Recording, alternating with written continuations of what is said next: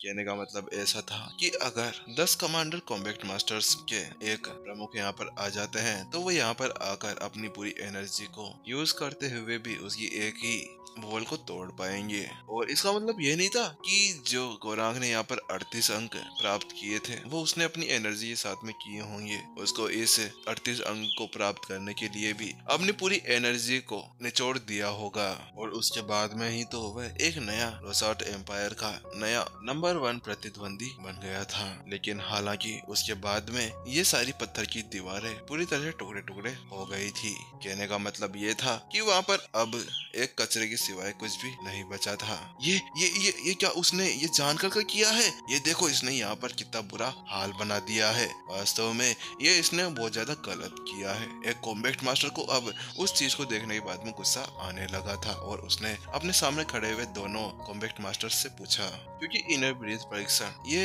Combat masters की एक सबसे बड़ी और महत्वपूर्ण सुविधा थी जो कॉम्बैट मास्टर्स के लिए बहुत ही ज्यादा जरूरी हुआ करती थी। नहीं नहीं, ऐसी कोई भी बात नहीं है, ऐसा कोई भी कुछ भी नहीं कर सकता, तुम्हें मैं समझाता हूँ। इसके बाद में मंथन बोलता हुआ आगे की तरफ चला जाता है और वो फॉर्मेशन की तरफ इशारा करते हुए कहता है, बात कुछ ऐसी है, ये फॉर्मेशन ऐसे कोई नॉर्मल मास्टर टीचर द्वारा नहीं बनाई गई थी, ये 8 स्टार फॉर्मेशन मास्टर द्वारा बनाई गई थी। और फिर इसके बाद में तो संत लेवल स्टेज 1 का कोई भी लड़ाकू हो वह अपनी पूरी ताकत का यूज कर ले, उसके बाद में भी इसको नहीं तोड़ पाएगा। मंथन की बात सुनने के बाद में उससे कॉम्बैट मास्टर ने फिर से पूछा, लेकिन फिर ये कैसे हो सकता है? आखिरकार क्या यहाँ पर कोई तूफान आया था या फिर कोई भूकंप आया था? अरे हमें तो कोई भूकंप भी सुनाई नहीं दिया, तो यहाँ पर भूकंप कहाँ से आ सकता है? ओ ये तो क्या बोलते हैं केवल एक ही पामाटक के साथ में किया हुआ कारनामा है। मंथन ने एक अलग ही भाव के साथ में कहा, ना उस भाव के अंदर कोई खुशी थी ना उस भाव के अंदर कुछ और इमोशंस थे,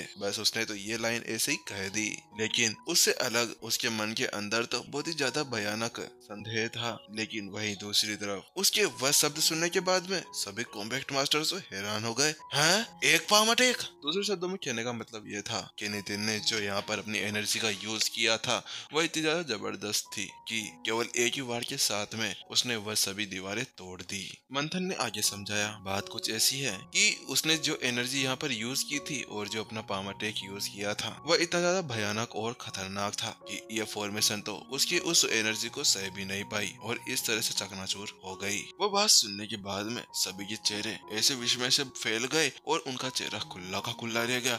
ये कोई राक्षस तो नहीं था? चलो जल्दी से यहाँ से चलते हैं और सभी को बताते हैं कि हमारे यहाँ पर कोई राक्षस आ गया है। अभी तो वो वहाँ पर लाइब्रेरी के अंदर चला गया है। सभी के चेहरे इस तरह से खुले हुए थे जैसे कि उन्होंने यहाँ पर कोई राक्षस को देख लिया हो। और वैसे भी नितिन कोई राक्षस से कम तो था नहीं और यहाँ पर भी ऐसा ही कुछ होने वाला था। सभी के मुंह के अंदर अभी लार ऐसे बह रही थी जैसे कि कोई झरना हो, और अगर उन्होंने ऐसे दिन भर अपना मुंह खुला रखा तो यहाँ पर एक झील तो बनी जानी है, क्योंकि वास्तव में उन्होंने कभी भी ऐसा नहीं सोचा था। कहने का मतलब यह है कि ये तो उनके कल्पना से भी बाहर निकल गया था, यानी उनकी औकात से भी। गोरांग ने कहा, हाँ मंथन सही कह रहा है। इसके बाद में गोरांग ने उनसे आगे कहा, ठीक है, अगर तुम्हें इसके ऊपर विश्वास नहीं हो रहा है तुम उन सभी टूटी हुई दीवारों की तरफ देखो और तुम्हें पता चल जाएगा। मंथन ने भी अपना सिर हिला दिया और सभी कॉम्बैट मास्टर्स अब उसी तरफ देखने लगे। उसी के साथ में अब सभी कॉम्बैट मास्टर्स उसी तरफ देखने लगे जिस तरफ वो दोनों इशारा कर रहे थे। जैसे उन्होंने वहाँ पर देखा तो एक और बार उनको झटका लगा और ऐसा लगा जैसे कि इस बार तो उनके ऊपर कोई बिजली उठ पड़ी हो, क्योंकि जब वो पहली दीवार के पास में पहुंचे तो उसके ऊपर एक पामाटेक था, लेकिन जब वह अगली वाली दीवार के ऊपर जाते हैं तो वहाँ पर भी वह सेम पामाटेक छपा हुआ था और उनके अंदर कोई भी अंतर नहीं दिख रहा था। देखने से ऐसा लग रहा था जैसे कि उनको एक ही लाइन के अंदर शूट किया हो। और उन सबको देखने के बाद में अब उन सभी का चेहरा शर्म से लाल हो गया था और उन सभी के मन के अंदर वही ख्याल चलने लगे थे, अरे भाई हमने उसको क्या क्या कह दिया था? हम इतनी देर से सेखिया बता रहे थे कि गोरांग ने ऐसा किया, गोरांग ने वैसा किया, गोरांग ने 38 नंबर लिया है, लेकिन उसने तो यहाँ पर एक ही थप्पड़ के अंदर इन सभी दीवारों को ऐसा कहा, चलो बच्चों दूर हो जाओ, तुम्हारे बस की नहीं है मेरा सामना करने की। भाई बढ़िया है, हम सभी ने किसी ने भी उसको चैलेंज नहीं किया, वरना यहाँ पर हमारी मर चुकी होती। हाँ, ठीक है, ये तो मैंने मान लिया कि हमने ऐसा कुछ भी नहीं किया, लेकिन तुम मुझे ये बताओ कि ये इस दुनिया से आया है या दूसरी दुनिया से, या फिर ये इस दुनिया का है ही नहीं। क्योंकि इतने समय पहले हम कह रहे थे कि अब कई सौ वर्षों तक इस रिकॉर्ड को तोड़ने वाला कोई भी पैदा नहीं होगा, लेकिन अगले ही पल हम सभी की गालों के ऊपर एक निशान तो छप गया है, और अब किसी के अंदर इतनी औकात नहीं है कि आगे जाकर कोई भी 100 वर्षों, 1000 वर्षों या 10,000 वर्षों तक या फिर जिंदगी भर तक इसको कोई तोड़ पाएगा।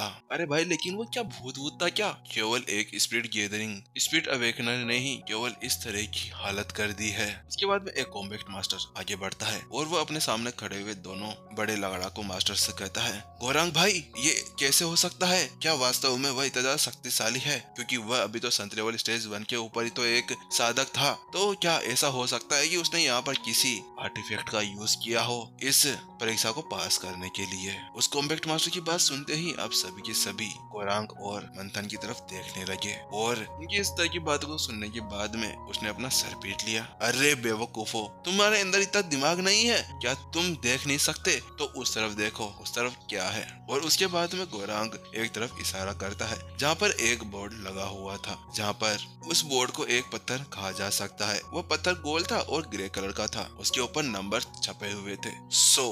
और उसके बाद में सभी की आंखें फिर से फड़कने लगती है।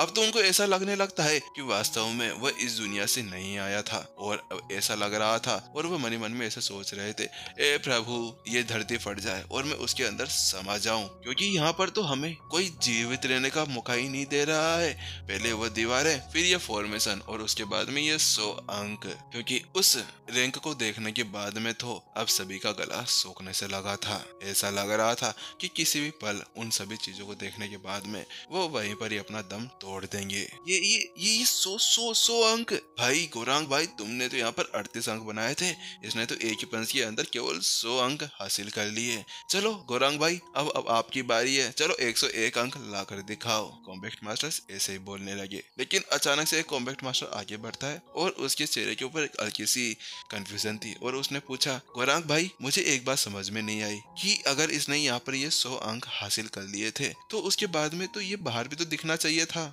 ये पत्थर बाहर और अंदर दोनों तरफ दिखाया गया था, क्योंकि इससे पता चल सकता था कि जो अंदर परीक्षण दे रहा था उसको इसका पता लगा जा सकता था कि अंदर उसने कितने ज्यादा अंक हासिल किए थे। हाँ, बात कुछ ऐसी है, ऐसा कुछ हुआ होगा कि जब उसने यहाँ पर ये 100 अंक बनाए होंगे, तो उससे पहले ये जो फॉर्मेशन है ये पूरी तरह से टूट गई होगी, जिसकी वजह से बाहर कुछ भी नहीं दिखा। बस क्या था? इस बात को सुनते ही वह सभी फिर से एक और गहरे झटके के अंदर चले जाते हैं। फिर तो इसका मतलब क्या होगा? क्या आपको पता है कि उसके अंदर कितनी ज्यादा एनर्जी भरी हुई होगी? क्या कोई समुद्र है क्या उसके अंदर, जहाँ पर वह सभी लड़ाकू मास्टर्स इसी तरह से भौचक्के, चौकन्ने और पागल हो रहे थे। वहीं दूसरी तरफ लाइब्रेरी के अंदर नितिन अभी उन सभी किताबों को पढ़ रहा था। वह अभी संत लेवल स्टेज की बुक्स को इकट्ठा कर रहा था, लेकिन वहाँ पर जाने के बाद में वह देखता है कि वहाँ पर केवल कुछ 100 किताबें ही पड़ी हुई थी, और उन सभी को देखने के बाद में नितिन थोड़ा सा निराश भी था। और फिर उसके बाद में उन सभी किताबों को